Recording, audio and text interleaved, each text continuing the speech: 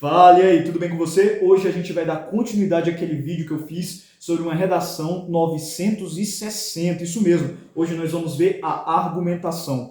Toda a estratégia que eu utilizei, desde os repertórios até a funcionalidade de cada um dos períodos, vai estar disponível agora para você.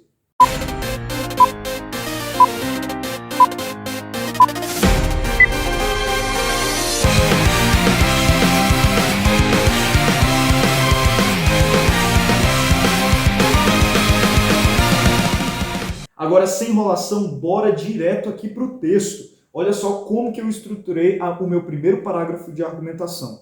Com isso, vale ressaltar a necessidade do investimento crescente de políticas públicas em prol da diminuição do sumiço de pessoas. Sob esse prisma, no estado de São Paulo, foi instituído o GTI Desaparecidos, o qual tem a função de propor estratégias para prevenir o desaparecimento tanto de crianças como de adolescentes e a correta condução das ocorrências existentes. A partir disso, difundem-se eficazmente informações aos órgãos competentes, como a Polícia Civil e a massa populacional, para o correto solucionamento e presciência dos casos. Pessoal, olha só como que foi a minha argumentação, como eu estruturei. A primeira coisa que eu fiz foi apresentar a minha tese. Retomo o primeiro aspecto citado na introdução.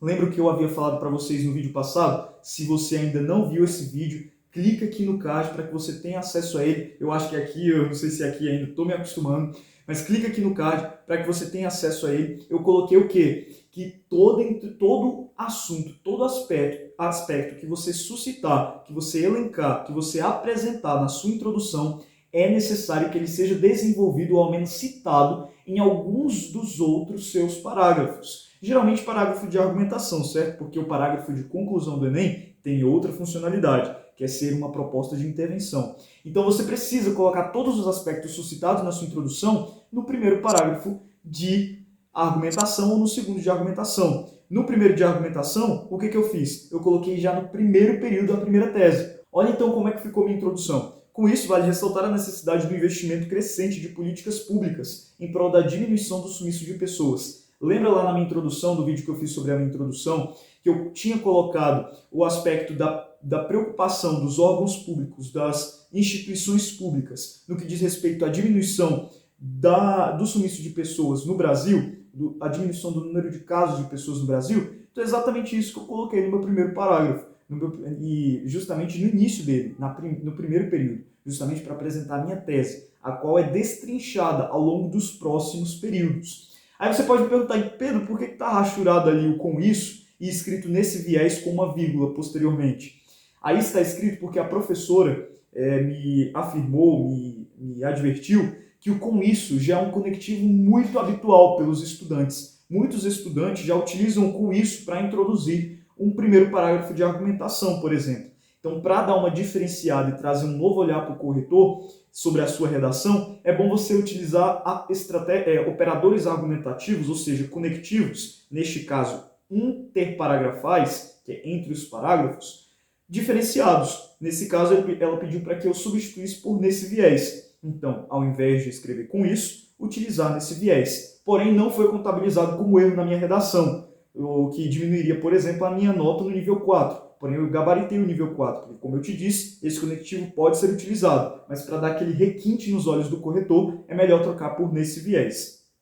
Beleza? E aí, continuando minha estrutura, depois que eu apresentei a primeira tese no primeiro período do meu primeiro parágrafo de argumentação, eu coloquei o quê? Um repertório. Aí você me pergunta, Pedro, pode ser qualquer repertório? Não, tem que ser um repertório o quê? Pertinente. É importantíssimo que esse aspecto esteja presente no repertório apresentado por você. Justamente porque necessita ele estar vinculado ao tema apresentado e à sua tese. Porque você não vai apresentar algo relacionado, por exemplo, à culinária em um texto que fala, por exemplo, sobre a evasão escolar infantil. Também você não vai apresentar um repertório sobre passeio de bicicletas em um texto que fala sobre o Código Penal brasileiro. Então a gente tem que analisar cada um dos casos e ver como que a gente pode utilizar, quais repertórios que a gente pode utilizar para ser pertinente. É muito importante que a gente tenha isso. Para facilitar esse lance dos repertórios, que eu sei que pega muita gente, eu criei um e-book chamado Agora Ficou Fácil. repertórios culturais coringas. São mais de 100 selecionados para que você só pegue, copie e cole na sua redação. Eles foram separados de acordo com os temas das redações do Enem. Então, de acordo com o eixo temático dos temas que já foram abordados do Enem, por exemplo, o eixo temático de saúde, de educação, de violência, de desigualdade social, todos esses eixos temáticos somados, eu coloquei lá no e-book para você. Então, basta que você identifique o tema da sua redação, seja o simulado que você faz, seja uma redação da escola, descobre qual é o eixo temático, isso é bem simples, procurar lá repertórios, tanto de livros, quanto de filmes, de filósofos, análises históricas, qualquer um desses aspectos, você pega e aplica na sua redação, beleza? Existem vários, com certeza algum deles vai caber perfeitamente no tema em que você estiver abordando.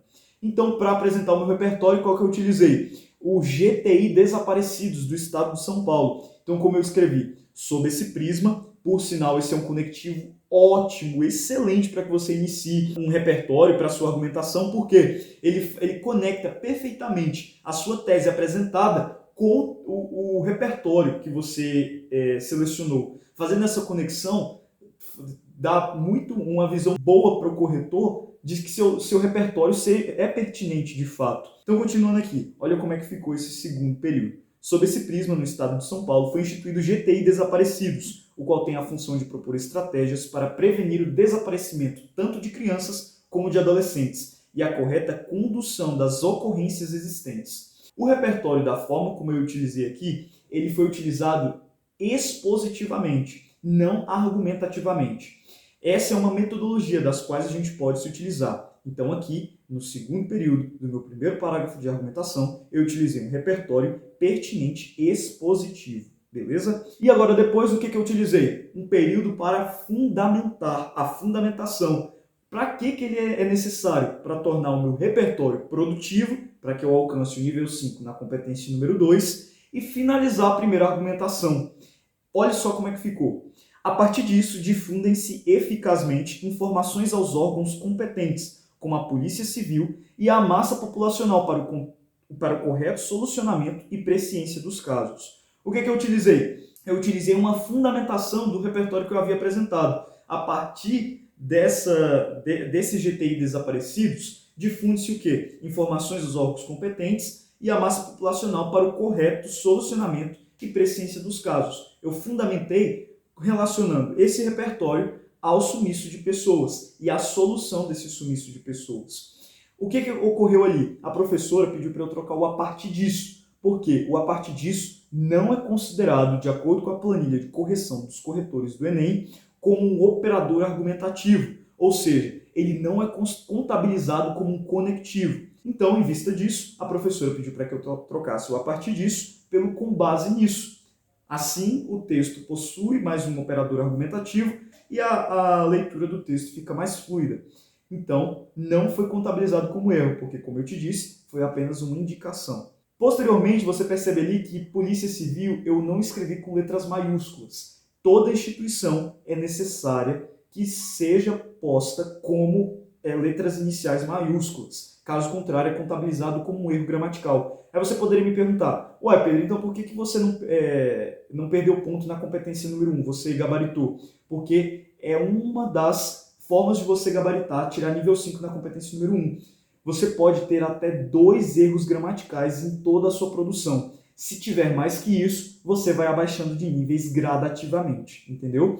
Como eu só tive 2, depois vocês vão ver um outro erro gramatical que eu também cometi, eu obtive o nível 5 tranquilamente, beleza?